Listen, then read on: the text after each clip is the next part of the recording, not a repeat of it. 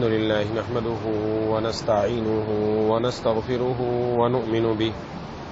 ونؤمن به ونتوكل عليه ونعوذ بالله من شرور أنفسنا ومن سيئات أعمالنا من يهده الله فلا مضل له ومن يضلله فلا هادي له ونشهد أن لا إله إلا الله وحده لا شريك له ونشهد أن سيدنا ومولانا محمدا عبده ورسوله صلى الله تعالى على خير خلقه محمد وعلى آله وأصحابه ومن تبعهم بإحسان إلى يوم القيامة أما بعد فأعوذ بالله من الشيطان الرجيم بسم الله الرحمن الرحيم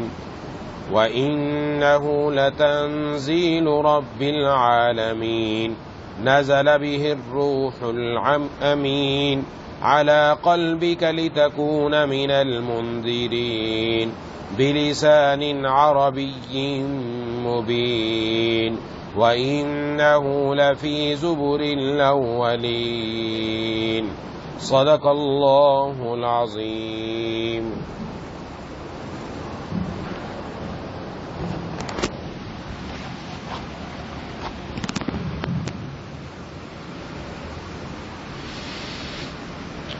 میرے دوستوں اور ساتھیوں، میری ماؤں، بہنوں اور بیٹیوں،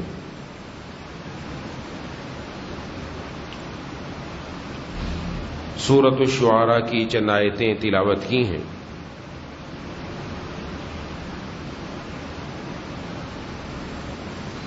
اس سے پہلے اللہ تبارک و تعالی نے حضرات انبیاء علیہم السلام اور ان کی قوموں کا تذکرہ فرمایا،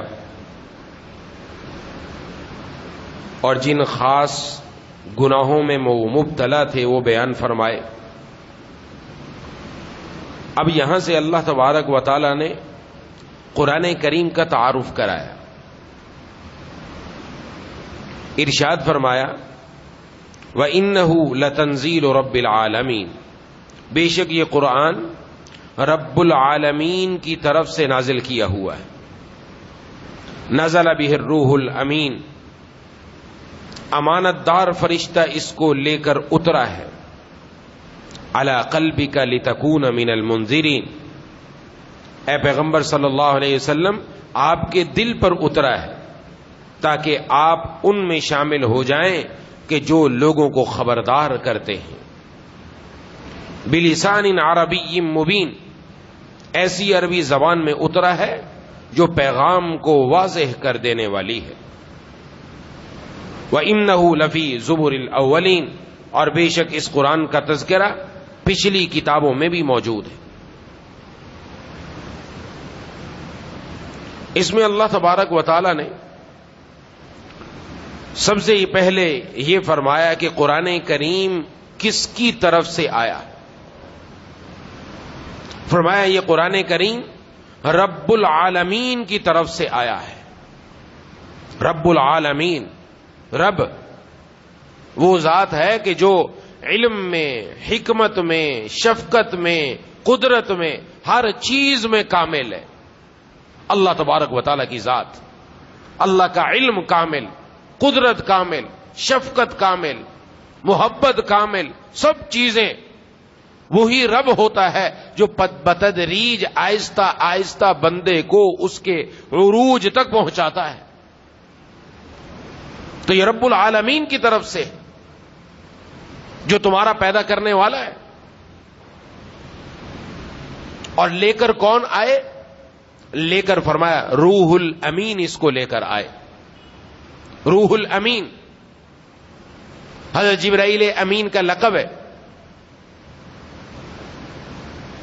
چونکہ جس قرآن کریم کو لے کر اترے یہ انسان کو روحانی طور پر تر و تازہ رکھتا ہے۔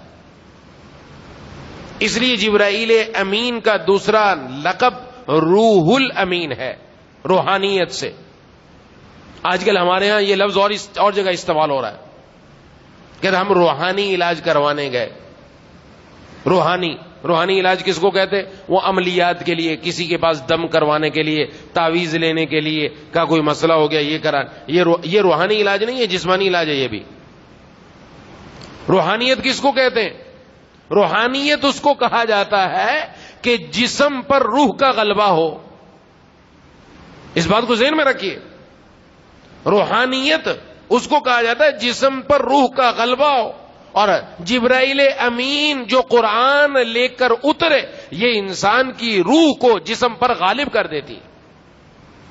یہ قرآن کریم کے ساتھ جو مضبوطی سے تعلق جوڑتا ہے، اس کی وجہ سے اللہ تبارک و تعالی انسان کے جسم کو بھی قیمتی بنا دیتے.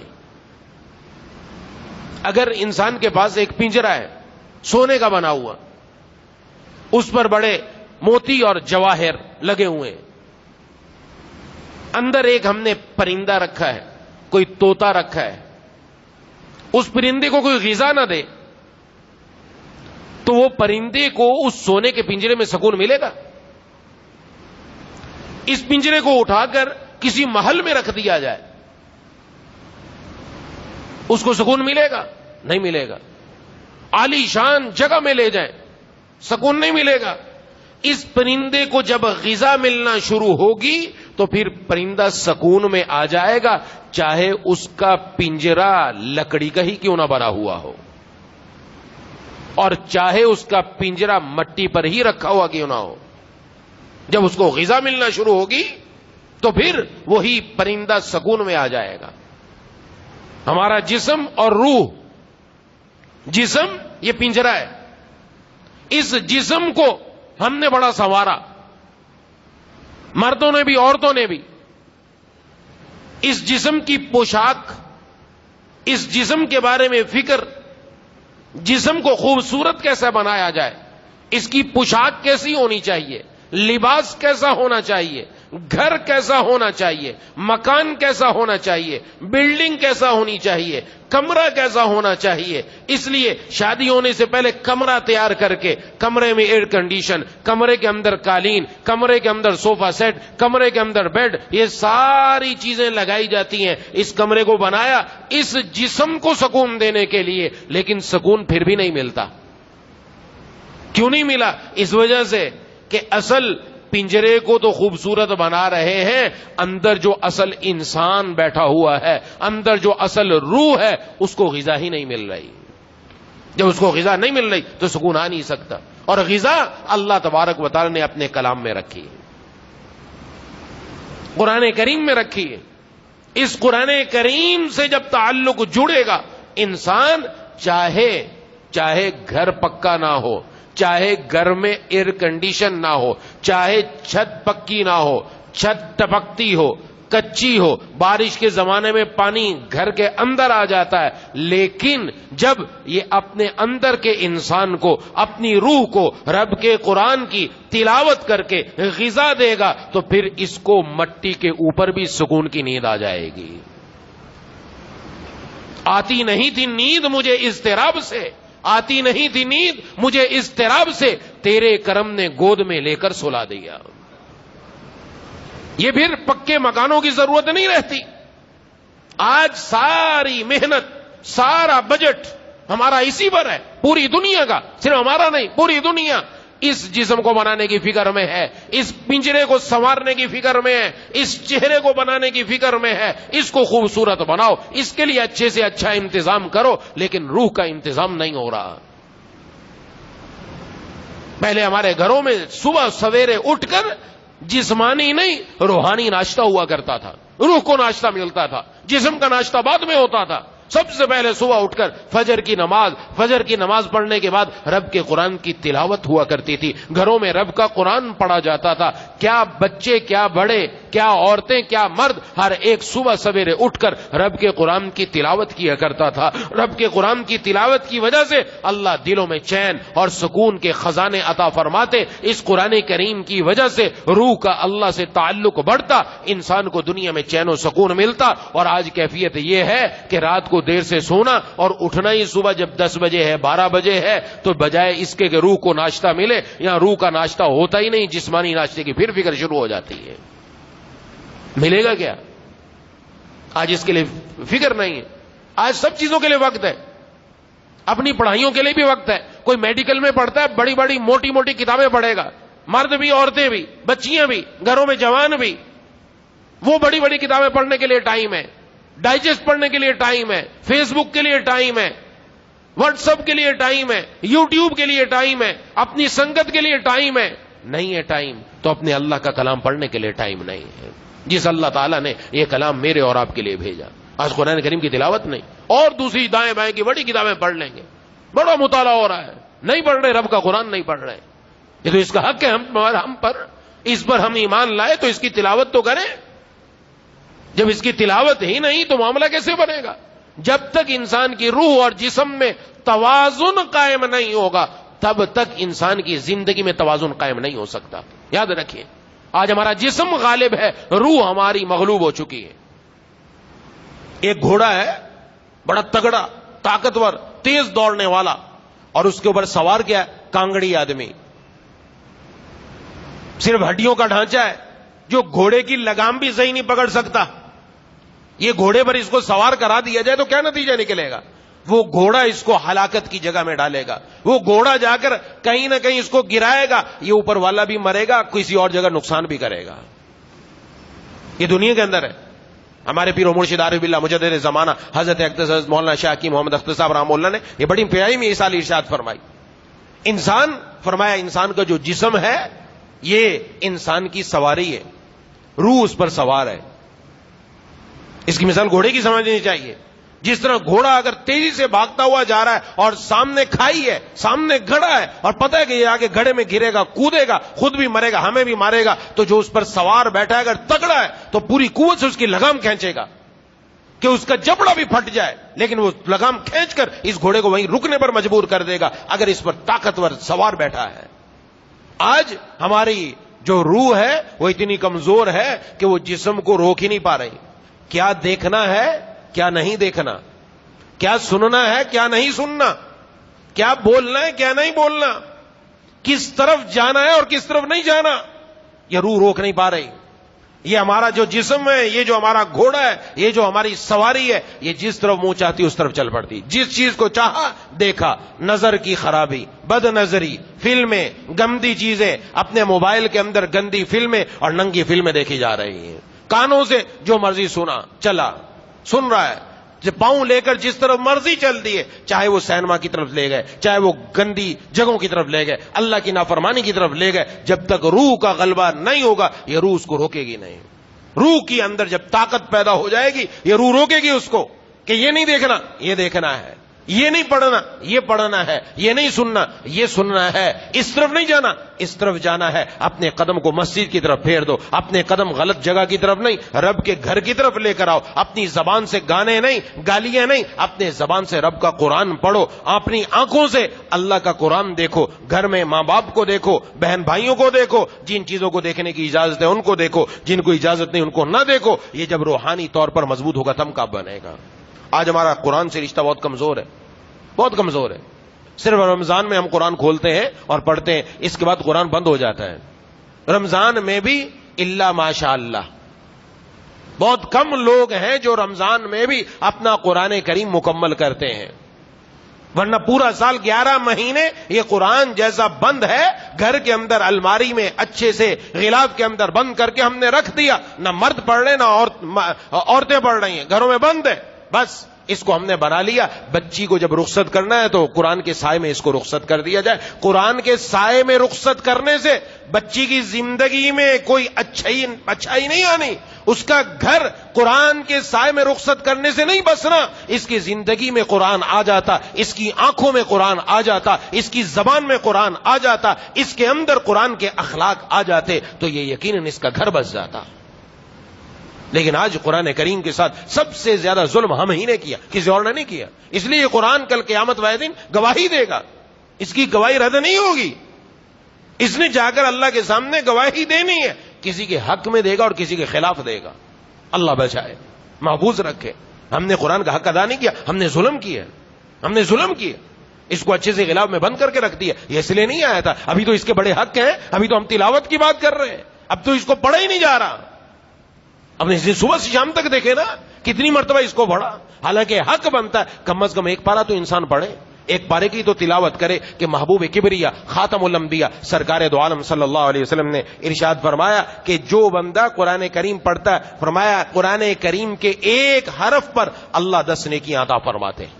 اور پھر ارشاد فرمایا الف لام میم، یہ شروع کی ہے الف لام میم ذالک الکتاب، یہ الف لام میم فرمایا یہ جس نے پڑھا، یہ ایسا نہیں کہ ایک حرف ہے، فرمایا الف الگ حرف، لام الگ حرف، میم الگ حرف. الف لام میم پڑھنے میں کتنا وقت لگا؟ الف لام میم پڑھنے پر اللہ بندے کو 30 نیکیاں عطا فرماتے ہیں. ایک صفحہ قرآن کریم کا پڑھ لے ہم ہزاروں نیکیاں جمع کر سکتے ہیں. لیکن آج المیہ یہ اس کو پڑھنے کے لیے تیار نہیں ہے. اس لیے ہمیں سوچنا چاہیے. آج جسم کا غلبہ ہوتا چلا جا رہا ہے، جسم کا، روح کمزور ہوتی چلی جا رہی ہے. روح کو تگڑا کرنا ہے، روحانیت کو تگڑا کرنا ہے، اپنے اندر ایسا مضبوط کام کرنا ہے. یہ جسم مٹی سے بنا، اللہ نے سب کچھ اس کا مٹی میں رکھا ہے. اس کی غذا بھی مٹی میں، اس کی دوا بھی مٹی میں، اس کا لباس بھی مٹی میں، اس کا گھر بھی مٹی میں، ساری چیزیں مٹی سے اس کے لیے تجویز ہوتی ہیں. کیا پھل، کیا فروٹ، کیا سبزیاں، جو کچھ ہے وہ سب کا سب یہ مٹی سے بن کر آتا ہے. اور روح اللہ تبارک و تعالیٰ کے حکم سے آسمانوں سے آئی. اللہ نے غذا بھی جبرائیل امین کے ذریعے آسمانوں سے اتاری، جو جناب نبی کریم صلی اللہ علیہ وسلم کے دل پر اتاری. اس کا نام ہے قرآن، جو اس کی غذا بن کر آئی ہے. آج اس کا اہتمام کر کے دیکھیں، پڑھ کر دیکھیں ہم اس قرآن کریم اپنی عادت بنائیں. کم از کم ایک مہینے میں ایک قرآن تو بندے کا ختم ہونا چاہیے. بہت کم ایسے لوگ ہیں، بہت کم ہیں. آج بھی الحمدللہ ایسے لوگ موجود ہیں جو مہینے میں ماشاءاللہ ایک قرآن ختم کرتے ہیں. ایسے لوگ موجود ہیں، ایسے لوگ موجود رہیں گے قیامت تک جو اللہ کے کلام کے ساتھ ہیں. لیکن میں اور آپ، ہم اپنے آپ کو دیکھیں، ہم اپنے گریبانوں میں جھانکیں. خواتین دیکھیں کہ ہمارا وقت کہاں صرف ہو رہا ہے، ہم کہاں اپنے وقت کو برباد کر رہے ہیں، کہاں وقت ضائع ہو رہا ہے، کن چیزوں کے پیچھے ہم اپنے آپ کو برباد کر رہے ہیں. اصل جو وقت رب کے لیے لگانا تھا وہ ہم نے لگایا نہیں. اس لیے اپنے اندر یہ عہد کرنا چاہیے کہ اللہ تبارک و تعالیٰ کے کلام سے انشاءاللہ مضبوط تعلق جوڑیں گے. آج جگہ جگہ ہم کہتے ہیں نا جی وہ پتہ نہیں کسی نے کچھ کرا دی ہے، گھر میں مسئلہ ہے، فلاں ہے، یہ ہے، وہ ہے، پتہ نہیں دسیوں باتیں ہیں. عورتوں میں تو اور ہی باتیں ہیں. کچھ ہو جائے بس اس کے تو یہی دماغ میں آتا ہے خواتین کے کہ میرے شوہر پر کسی نے کچھ کرا دیا. وہ تعویذ نکلا، عجیب تعویذ بھی عجیب ہے. تعویذ نکلا، وہ کوئی بھی عربی کی عبارت نکل آئی نا گھر سے، کا تعویذ ہے. عربی عبارت لکھی ہوئی ہے، وہ کسی کمپنی کا پرچہ چھپا ہوا ہے، کا تعویذ ہے. کسی نے کچھ کرا دیا، وہ تعویذ کہاں سے؟ وہ تو عربی عبارت لکھی ہوئی ہے، وہ تعویذ کہاں سے بن گیا؟ اتنے ہمارا ذہن خراب ہو گیا. اللہ تبارک و تعالیٰ سے اعتماد اٹھ گیا، قرآن سے اٹھ گیا. ہم ان چیزوں کے ان چکروں میں پڑ گئے. صبح سے شام یہی چکر ہے، ان سے کچھ نہیں ہونا. اصل رب تعالیٰ کے کلام سے مضبوطی سے جڑ کر تو دیکھیں. محبوب کبریا خاتم الانبیاء سرکار دو عالم صلی اللہ علیہ وسلم نے ارشاد فرمایا کہ جس نے سورہ بقرہ کو لے لیا اس کے لیے برکت ہے، جس نے اس کو چھوڑ دیا اس کے لیے حسرت ہے. اور ارشاد فرمایا جس گھر میں سورہ بقرہ کی تلاوت ہوتی ہے اس گھر سے شیطان بھاگ جاتا ہے.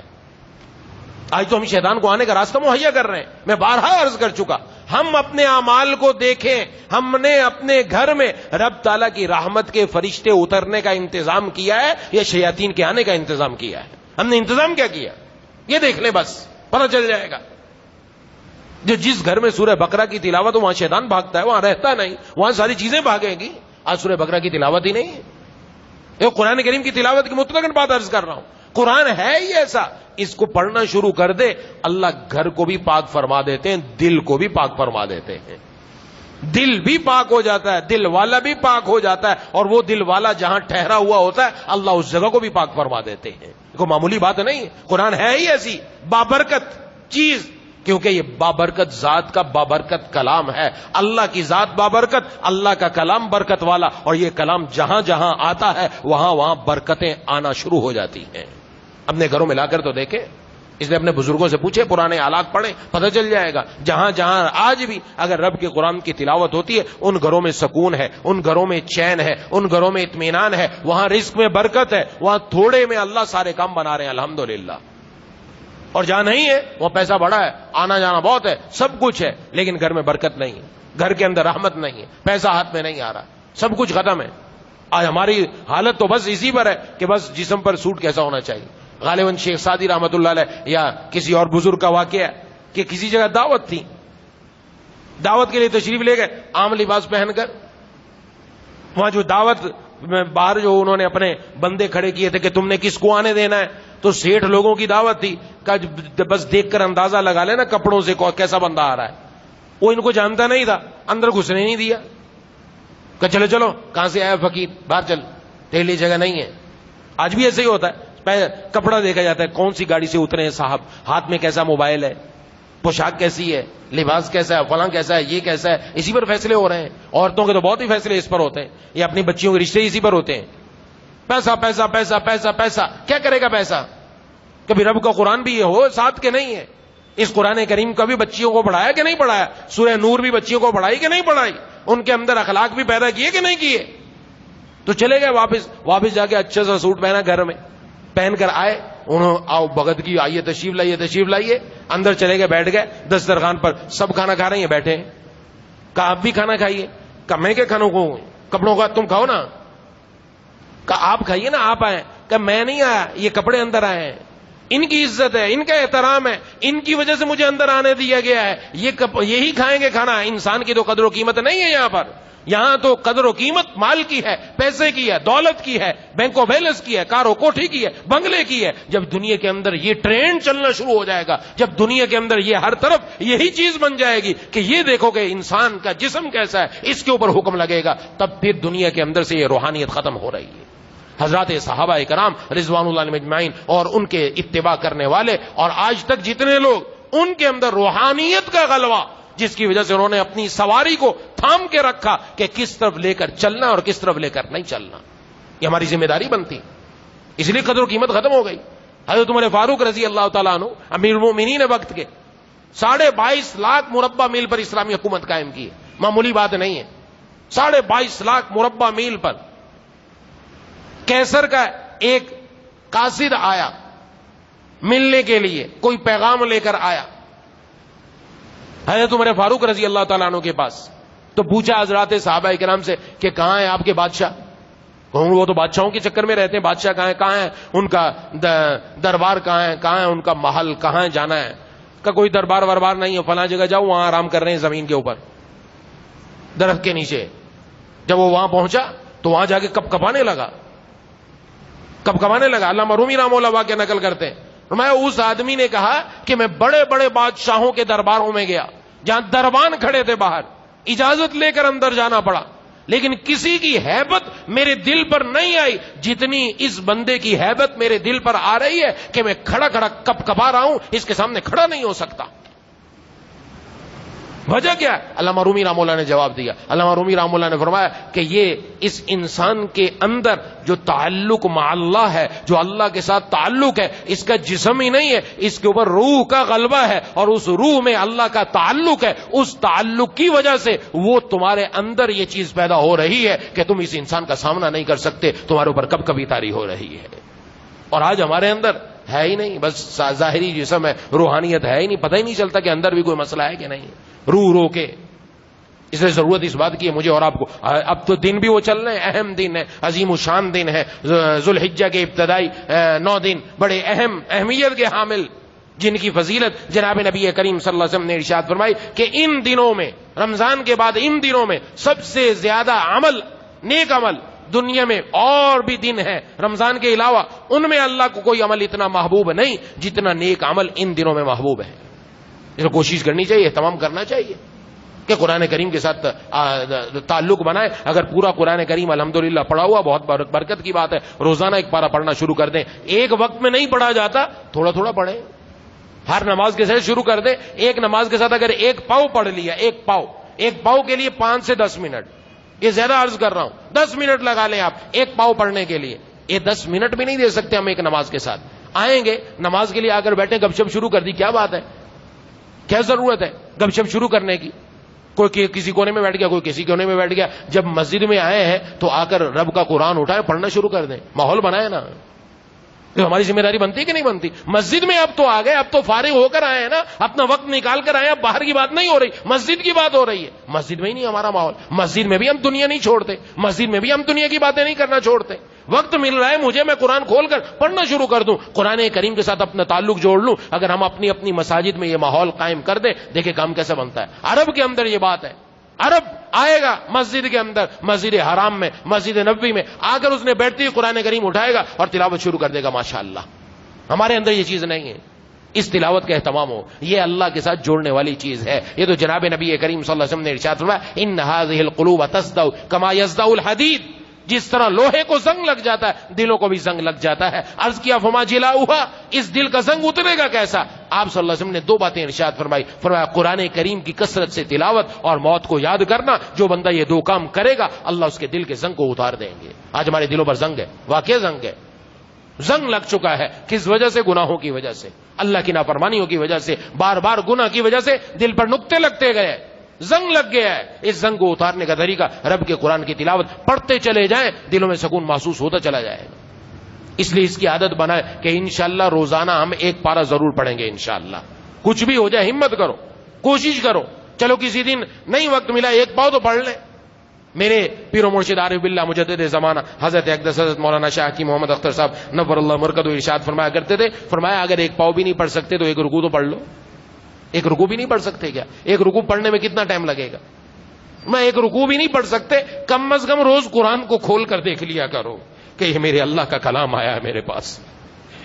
اس کو بھی میں کھول کر ہی نہیں دیکھتا, کھول کر ہی دیکھ لیا کرو. ربا میں نالائق ہوں, سب چیزوں کے لیے وقت ہے, تیرا کلام پڑھنے کے لیے وقت نہیں ہے. کم از کم یہ تو کر لو کہ رب کا قرآن تو کھل جائے دن میں ایک وقت. کھل گیا تو یہ فرمایا ایک دن ضرور اللہ پڑھنے کی بھی توفیق عطا فرما دیں گے. آج تو ہمارے اندر یہ بھی کیفیت نہیں کہ کھول کے بھی دیکھ لیں اس کو. تو اس لیے پہلی چیز یہ, ہم اپنے گھروں میں, بچوں میں, بچیوں میں, خواتین کو چاہیے, مردوں کو چاہیے, ہر ایک اس کی کوشش کرے. مرد حضرات اس کا اہتمام کریں, مسجدوں میں آئیں, نماز سے پہلے وقت ہے, نماز کے بعد وقت ہے. ہم اپنی عادت بنا لیں کہ نہیں میں نے قرآن پڑھنا ہے. انشاءاللہ اپنے آپ کو لگائیں اس طرف, انشاءاللہ پھر دیکھیں زندگی میں تبدیلی کیسے آتی. اور جس کو پورا قرآن نہیں پڑھا ہوا, سورتیں یاد ہیں, وہ اپنی وہ صورتیں پڑھ لیں, وہ صورتیں پڑھ لیں اور قرآن بھی پڑھنے والے بن جائیں. قرآن بھی پڑھنے والے بن جائیں, کہیں سیکھنا شروع کر دیں, کوئی مسئلہ نہیں ہے, سیکھ لیں, اس میں شرمانے کی کوئی بات نہیں. الحمدللہ ہر جگہ پر مکاتب موجود ہے, خواتین کو بھی سیکھنا چاہیے. مجہول نہ پڑھیں, خواتین مجہول قرآن پڑھتی ہیں, صحیح قرآن نہیں پڑھتی. تجوید کے مطابق آپ سیکھیں, کسی باجی کے پاس جا کر جنہوں نے قرآن کریم تجوید سے کہیں سے پڑھا ہوا ہے, حفظ کیا ہوا ہے, ناظرہ پڑھا ہوا ہے, ان کے پاس جا کر اپنا قرآن درست کرے. ہمارے جتنے بھی اکابر جنہوں نے قرآن کریم کے حافظ نہیں تھے, ناظرہ پڑھا ہوا تھا, باقاعدہ روزانہ انہوں نے قاری صاحب کو متعین کیا ہے, ان سے وقت لیا ہے, ان کے پاس جا کر اپنا قرآن روزانہ سناتے ہیں کہ جو جو میری غلطی ہے وہ ٹھیک کر دیں آپ. ہمارے اندر ہے ہی نہیں, ہم کہتے ٹھیک ہے چلنے دو, انگلش صحیح بولنی آ جائے, بس حساب کتاب آ جائے, ہر چیز سیکھیں گے, رب کا قرآن نہیں سیکھیں گے. وقت لے لیں آپ, 5 منٹ لے لو, 10 منٹ لے لو, جہاں بھی آپ ہیں, بازار میں ہوتا ہے آپ کا وقت, آپ کا گھر میں وقت ہوتا ہے, آپ کے کسی محلے میں وقت ہوتا ہے, وہاں امام صاحب سے, مؤذن صاحب سے, کسی بھی سے, حافظ صاحب سے, وہاں کوئی قاری صاحب سے وقت لے لیں. آپ مجھے 10 منٹ دے دیں, 10 منٹ میں اپنا قرآن سناؤں گا اور آپ کو پورا قرآن سناؤں گا انشاءاللہ. جس نے قرآن پڑھا ہوا ہے وہ ایک مرتبہ اپنا پورا قرآن کسی کو سنا دیں. آج تجوید کے مطابق قرآن نہیں ہے, اور پھر کوئی غلطی ایسی ہو گئی تو خدا نہ خواستہ اس سے نماز ہی نہیں ہوگی. قرآن ہی درست نہیں تو نماز کہاں سے ہوگی؟ بہت ساری غلطیاں ایسی ہوتی ہیں, تھوڑا سا بھی لفظ تبدیل کر دیا تو بات ختم ہو جائے گی. ایک لفظ قرآن کریم میں دونوں لفظ استعمال ہوئے, قلب, قاف کے ساتھ 2 نقطے والے, قلب استعمال ہوا, اس کا مطلب ہے دل. اور یہی قاف کو اگر ہم قاف نہ پڑھیں, کاف پڑھیں, کاف قلب سے, تو اس کا کیا مطلب ہوگا؟ کراچی والا کاف, کاف وہ والا ہو. اس قلب کا معنی ہے کتا. اب دونوں میں بڑا فرق ہے. قلب دل کے معنی میں اور قلب کاف کے ساتھ یہ کتے کے معنی میں. اگر اس لفظ کو اس سے تبدیل کر دیا, ہم نے قاف نہیں پڑھا, ہم نے کاف پڑھ دیا, معنی ہی بگڑ گیا, نماز کہاں سے ہوگی؟ بہت بڑا بگاڑ پیدا ہو جائے گا. ایک جگہ نہیں, بہت ساری جگہ ہیں.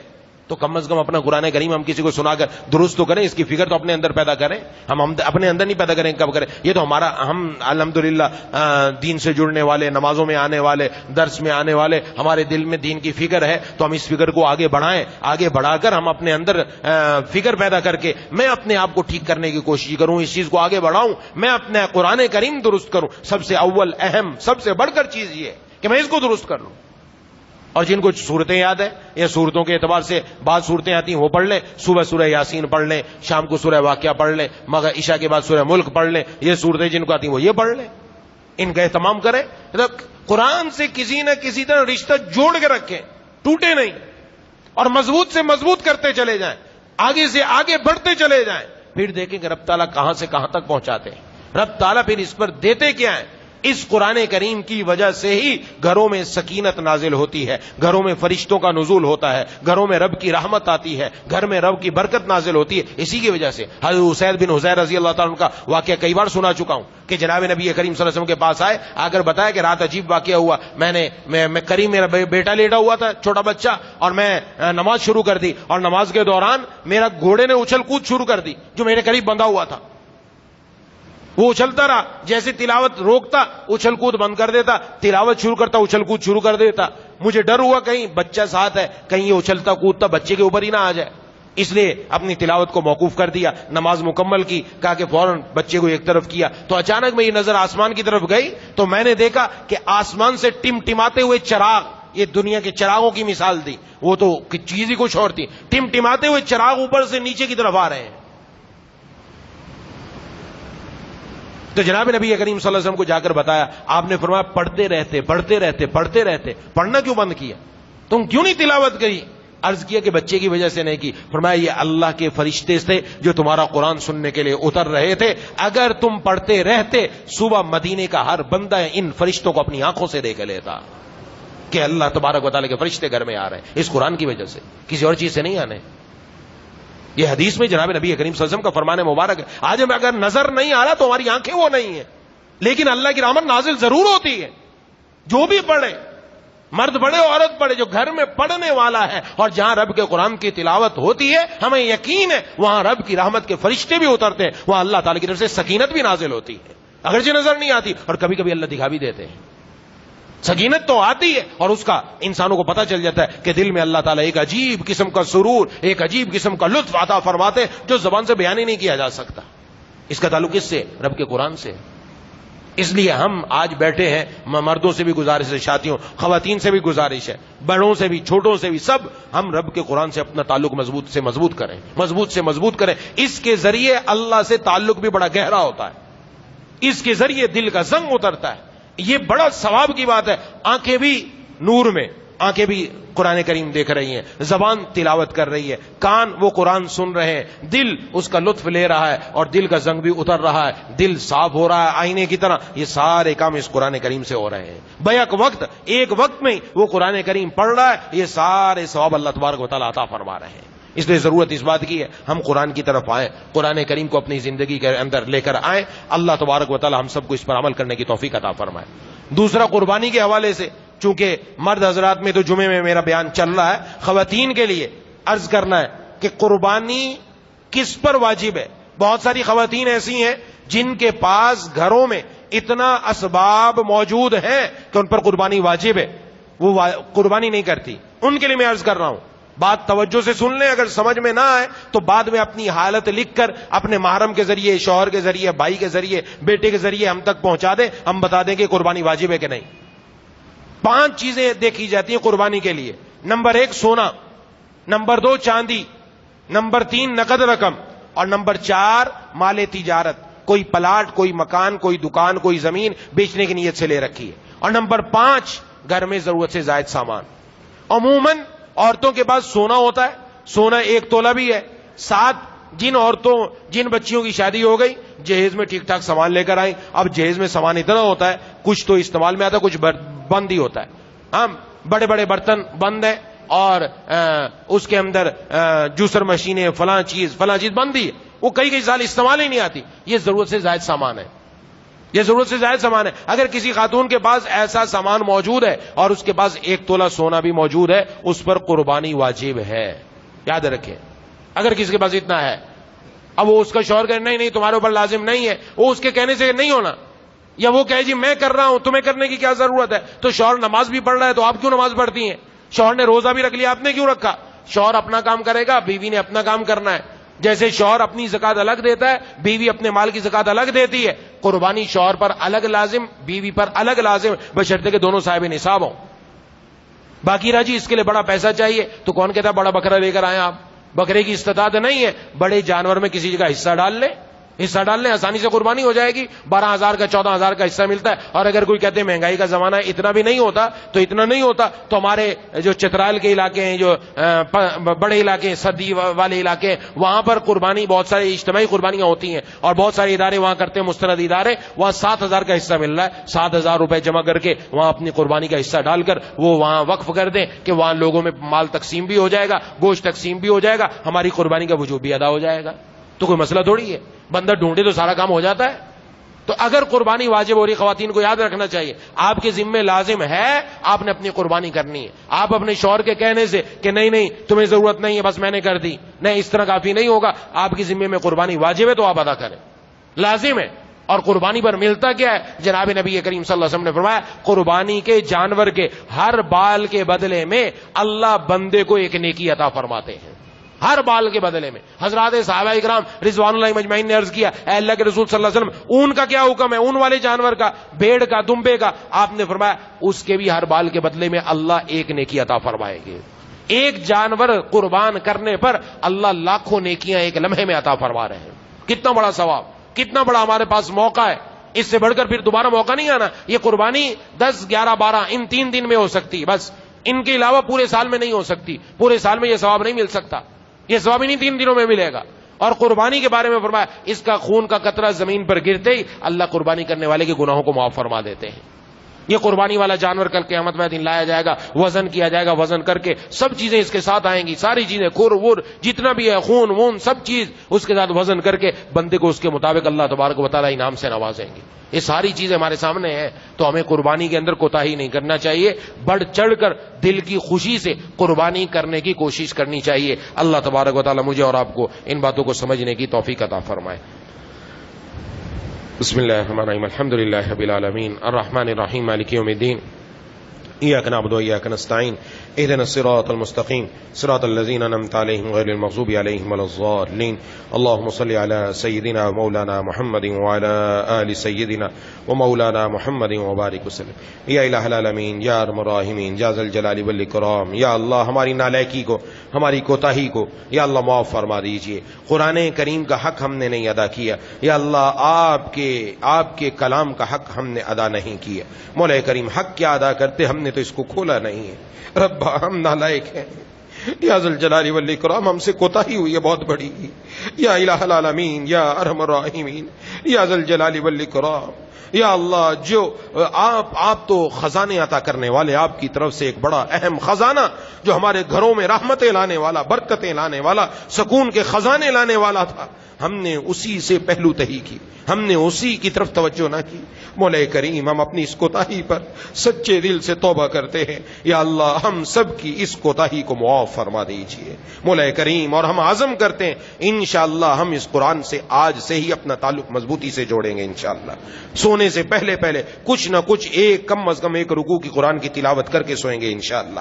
کل سے ایک پارے کی تلاوت کریں گے انشاءاللہ. مولا کریم اے الہ العالمین ہر مہینے میں کم از کم ایک قرآن کریم ختم کرنے کی توفیق عطا فرما دیجیے. مولا کریم اس قرآن کریم کی تلاوت کا ذوق اور شوق عطا فرما دیجیے. مولا کریم اے الہ العالمین قرآن کریم کا شغف ہمیں نصیب فرما دیجیے. اے الہ العالمین اس کو ہمارے دل میں بسا دیجیے, ہمارے رگ و پے میں اتار دیجیے. مولا کریم اے الہ العالمین اے ارحم الراحمین, یا ذل جلال والاکرام ہمارے والدین کی, بیوی بچوں کی, بہن بھائیوں کی, دوستوں احباب کی, تمام رشتہ داروں کی, اہل پاکستان کی, پوری امت مسلمہ کی مغفرت فرما دیجیے. مولا کریم اے الہ العالمین ہم میں سے جو بیمار ہیں, گھروں میں جو بیمار ہیں, دوستوں احباب میں جو بیمار ہیں، جنہوں نے بیماروں کے لیے دعا کے لیے کہا ہے، بھائی محمد علی کے صاحب کے گھر والے بیمار ہیں، ان کے لیے دعا کرنی ہے، یا اللہ سب کو شفائے کاملہ عاجلہ مستمر عطا فرما دیجیے، جو مقروض ہیں ان کو قرضوں سے رہائی نصیب فرما دیجیے، جو بے روزگار ہیں ان کو حلال برکت والا روزگار عطا فرما دیجیے، یا اللہ مہنگائی کے اس دور میں یا اللہ ہماری نظر آپ ہی کی ذات پر ہے، آپ ہی رزاق ہیں، یا اللہ ہمیں اپنا تعلق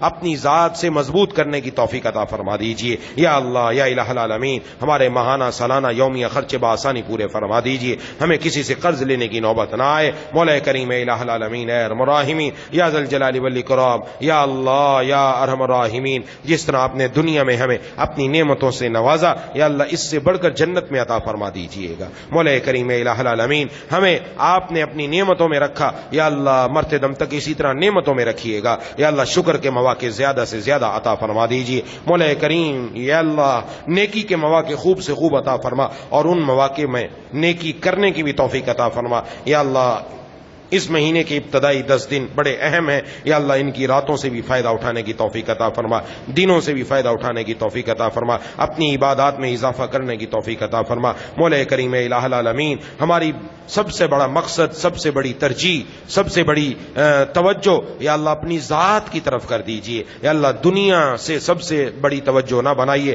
دنیا کو بڑا مقصود نہ بنائیے، اپنی ذات کو ہمارا سب سے بڑا مقصد بنا دیجئے، مولا کریم الہ العالمین اے ارحم الراحمین ہم میں سے کسی کو محروم نہ فرمائیے، محرومی کا لفظ ہماری زندگیوں سے نکال دیجئے، یا اللہ ہماری روح کو ہمارے جسم پر غلبہ عطا فرما دیجئے، ہماری روحانیت کو مضبوط فرما دیجئے، روحانیت کو مضبوط کرنے کے لیے جن جن چیزوں کی ضرورت ہے یا اللہ وہ کام کرنے کی توفیق عطا فرما، تلاوت کی توفیق عطا فرما، ذکر کی توفیق عطا فرما، گناہوں سے بچنے کی توفیق عطا فرما، ہمارے دائیں بائیں اوپر نیچے سامنے پیچھے ہر طرف نور پیدا فرما دیجئے، یا اللہ ہم سب کو سراپا نور بنا دیجئے، جتنے بھی ساتھی موجود ہیں مرد حضرات، جتنی بھی خواتین موجود ہیں یا اللہ ہم سب کے دلوں میں جتنی جائز تمنا ہے محض اپنے فضل سے پوری فرما دیجئے، جن بچیوں کے رشتے نہیں آ رہے نیک جوڑ کے رشتے نصیب فرما دے، بعض لڑکے بھی ہیں ان کے بھی رشتے نہیں ہو رہے ان کے بھی نیک جوڑ کے رشتے نصیب فرما دیجئے، یا اللہ گھروں کو بنا دیجئے، گھروں کو جنت بنا دیجئے، گھروں سے اختلافات جھگڑوں کو ختم فرما دیجئے، جن میاں بیوی میں جھگڑا ہے ان میں آپس میں اتفاق اتحاد محبتیں پیدا فرما، اور میاں بیوی کو آپس میں ایک دوسرے کو سمجھنے والا بنا دے، یا اللہ ایک دوسرے سے چڑنے کی بجائے ایک دوسرے سے لڑنے کی بجائے آپس میں شیر و شکر اور محبت کے ساتھ رہنے کی توفیق عطا فرما، روزانہ قل اعوذ برب الفلق قل اعوذ برب الناس 3 مرتبہ پڑھ کر اپنے اوپر دم کرنے کی توفیق عطا فرما، تاکہ ہم اگر کسی بھی قسم کی شیطانی نظر میں ہیں اس سے بچ سکیں، یا اللہ شیطان کا سب سے بڑا مقصد، اچھا مقصد اور سب سے بڑا مقصد اس کا میاں بیوی میں لڑائی کرانا ہے، یا اللہ اس کے اس ہیلے کو تدبیر کو ناکام بنا کر یا اللہ میاں بیوی میں ہر جوڑے میں آپس میں محبتیں پیدا فرما دیجیے، یا اللہ اولاد کے دلوں میں اپنے والدین کی عظمت پیدا فرما دیجیے، محبت پیدا فرما دیجیے، اولاد کو اپنے والدین کا حقوق ادا کرنے والا بنا دیجیے، والدین کو اپنی اولاد پر شفقت کرنے والا بنا دیجیے، بعض والد اپنی اولاد پر بہت سخت ہیں، یا اللہ ان کے دل کو نرم فرما دے، ان کے لہجے کو نرم فرما دے اور ان کو اچھے اخلاق سے مزین فرما دے، یا اللہ ہم سب کو اچھے اخلاق سے مزین فرما دے، برے اخلاق سے ہم سب کی حفاظت فرما دے، مولا کریم الہ العالمین سود جیسی بیماری سے، سود جیسے بڑے گناہ سے، سود جیسی نحوست سے ہم سب کی پورے ملک پاکستان کی حفاظت فرما دے، مولا کریم الہ العالمین ہم سب کو حلال کما کر حلال کھانے کی توفیق عطا فرما دے، لقمہ حرام سے ہم سب کی حفاظت فرما، جتنی دعائیں آپ کے حبیب صلی اللہ علیہ وسلم نے مانگی ہیں وہ سب ہم سب کے حق میں قبول فرما، جن جن چیزوں سے پناہ مانگی ان سب سے ہم سب کو پناہ عطا فرما، ربنا تقبل منا انک انت السمیع العلیم وتب علینا انک انت التواب الرحیم، صلی اللہ تعالی علی خیر خلقہ محمد وعلی آلہ واصحابہ اجمعین برحمتک یا ارحم الراحمین، آمین یا رب العالمین۔